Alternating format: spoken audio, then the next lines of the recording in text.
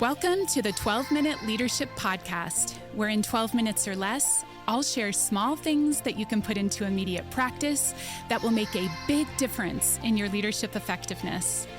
I'm your host, Elise Morales, leadership professor, consultant, and coach. For the last 17 years, I have helped thousands of leaders level up their influence and achieve remarkable results. If you want to trade compliance for true commitment and create your dream team, you are in the right place.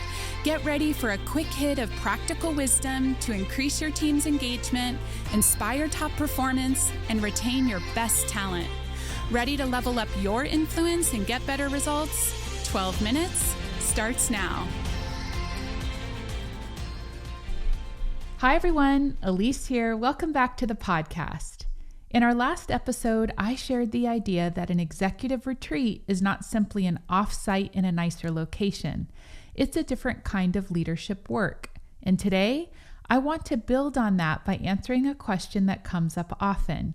What's the difference between an executive retreat and a strategic off-site?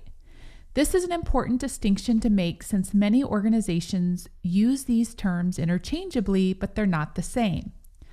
Understanding the difference can significantly impact the effectiveness of both. In my experience facilitating each of these for clients, both are important and the order matters. Most leadership teams are very familiar with strategic offsites.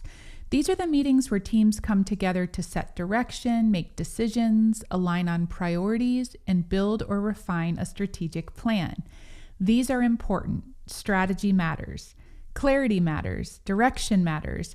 But here's what I've learned over time. Many teams spend a significant amount of time working on the strategy and far less time working on the leadership dynamics required to execute that strategy well. And that's where the distinction begins. So here's the simplest way of thinking about it. A strategic offsite is focused on what are we going to do? An executive retreat is focused on how do we need to lead together to do it well? These are fundamentally different questions. One is about direction, the other is about capacity. To make this a bit more concrete, I'll compare the focus for each. In a strategic offsite, a team might define top priorities for the year, make decisions about investments or initiatives, align on goals and metrics, and clarify roles and ownership. The output is often a plan. In an executive retreat, that same team might explore where trust is strong and where it's not, how conflict is handled across the team, whether alignment is real or surface level, how decisions are actually being made, where communication is breaking down, and what conversations are being avoided.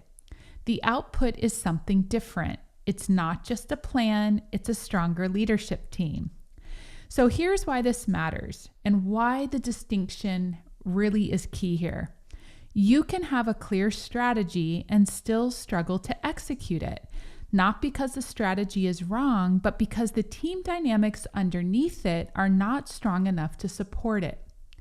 One of my favorite quotes on this topic is, "Culture eats strategy for breakfast," which drives the point home well that if your leadership culture has a lack of trust, unspoken tension, misalignment, avoidance of hard conversations, and competing priorities that aren't fully surfaced, these are the things that quietly derail execution, and they don't get solved in a typical strategy session.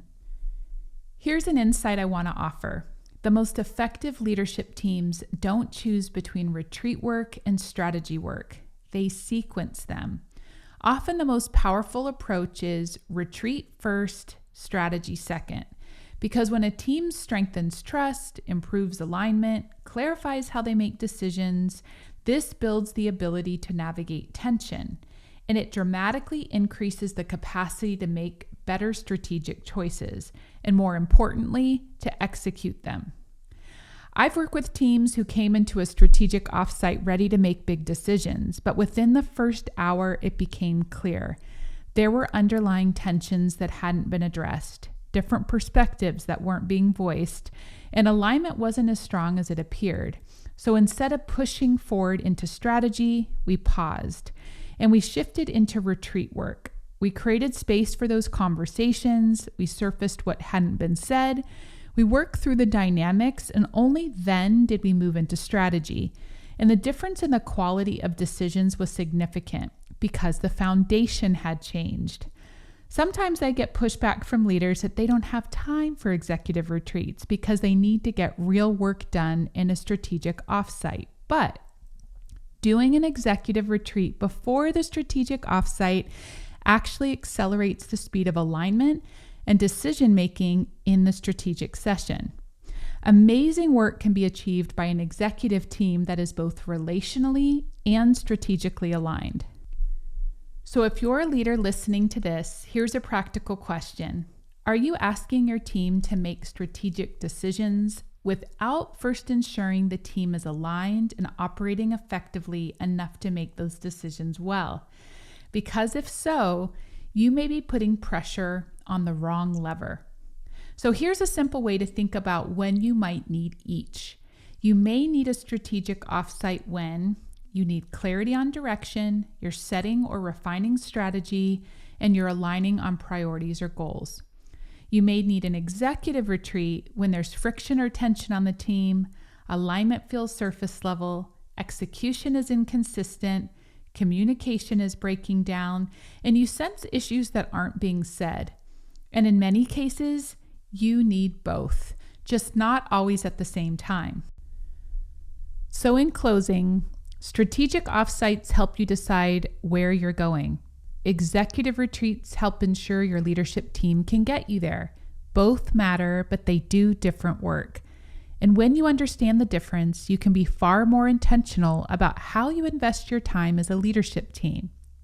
In our next episode, we'll go even deeper into this by exploring what actually happens inside an executive retreat and what makes one truly effective. Because not all retreats are created equal. So, I hope you enjoyed today's episode. Share it with another leader who needs it. I'll see you next time.